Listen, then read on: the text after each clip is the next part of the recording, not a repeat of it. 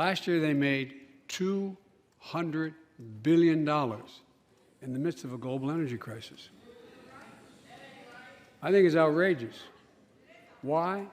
They invested too little of that profit to increase domestic production. And when I talk to a couple of them, they say, we're afraid you're going to shut down all the oil wells, all the oil refineries anyway, so why should we invest in them? I said, we're going to need oil for at least another decade, and that's going to exceed, and beyond that, we're going to need it. Production. If they had, in fact, invested in the production to keep gas prices down, instead, they used the record profits to buy back their own stock, rewarding their CEOs and shareholders. Corporations ought to do the right thing. That's why I propose we quadruple the tax on corporate stock buybacks and encourage long-term investments. They'll still make considerable profit. Let's finish the... Under the previous administration, the American deficit went up 4 years in a row. Because those record deficits, no president added more to the national debt in any 4 years than my predecessor. Nearly 25% of the entire national debt that took over 200 years to accumulate was added by just one administration alone, the last one. They're the facts. Check it out. Check it out. How did Congress respond to that debt? They did the right thing. They lifted the debt ceiling 3 times without preconditions or crisis. They paid American bills to prevent an economic disaster to the country. So tonight I'm asking the Congress to follow suit. Let's commit here tonight to the full faith and credit of the United States of America will never, ever be questioned. Some of my Republican friends want to take the economy hostage. I get it, unless I agree to their economic plans. All of you at home should know what those plans are. Instead of making the wealthy pay their fair share, some Republicans want Medicare and Social Security to sunset. I'm not saying it's a majority. Let me give you, anybody who doubts it, contact my office. I'll give you a copy. I'll give you a copy of the proposal. That means Congress doesn't vote. Well, I'm glad to see you. And I tell you, I enjoy conversion.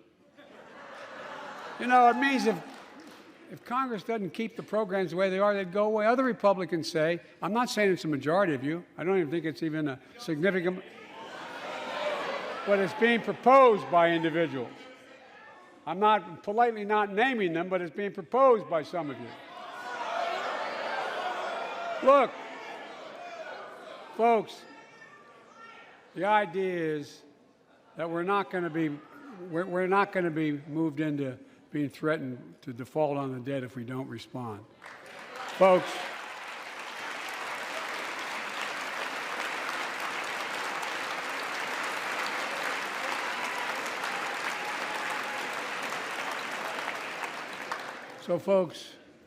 as we all apparently agree, Social Security and Medicare is off the books now, right?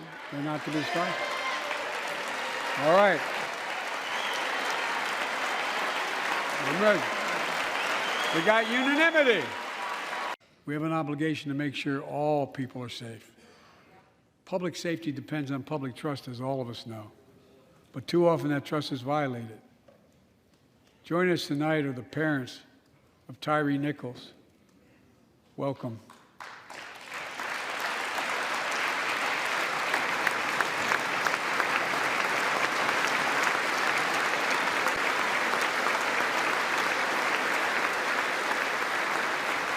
We had to bury Tyree last week. As many of you personally know, there's no words to describe the heartache or grief of losing a child.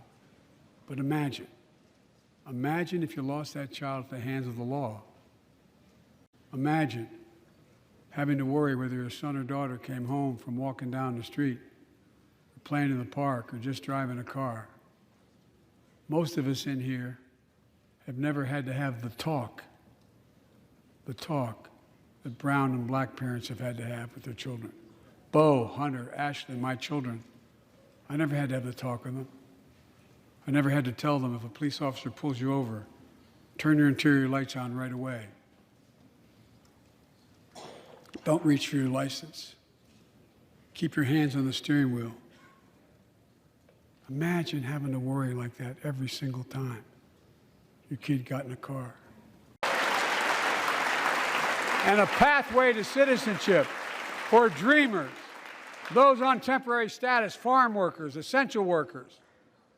Here in the People's House, it's our duty to protect all the people's rights and freedoms. Congress must restore the right and the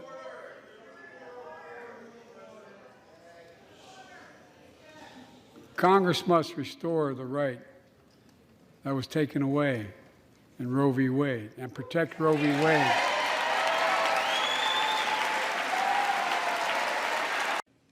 Joining us tonight is a father named Doug from Newton, New Hampshire. He wrote Jill, my wife, a letter, and me as well, about his courageous daughter, Courtney. A contagious laugh, his sister's best friend, her sister's best friend. He shared a story all too familiar to millions of Americans and many of you in the audience. Courtney discovered pills in high school.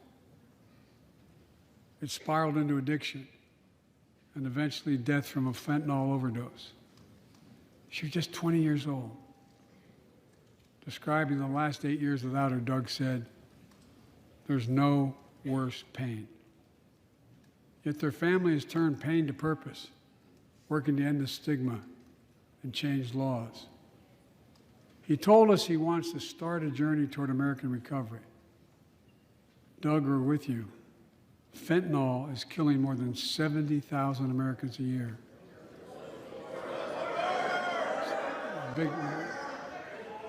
You got it.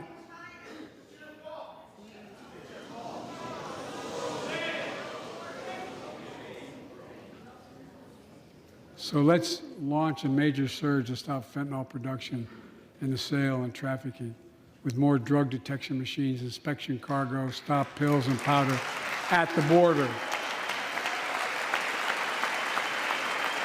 Working with couriers like FedEx to inspect more packages for drugs. Strong penalties to crack down on fentanyl trafficking. Second, let's do more on mental health, especially for our children. When millions of young people are struggling with bullying, violence, trauma, we owe them greater access to mental health care at their schools. We must finally hold social media companies accountable for experimenting they're doing running children for profit. It's time to pass bipartisan legislation to stop big tech from collecting personal data on our kids and teenagers online, ban targeted advertising to children, and impose stricter limits on the personal data that companies collect on all of us. Third, let's do more to keep this nation's one truly sacred obligation to equip those we send into harm's way and care for them and their families when they come home. Job training, job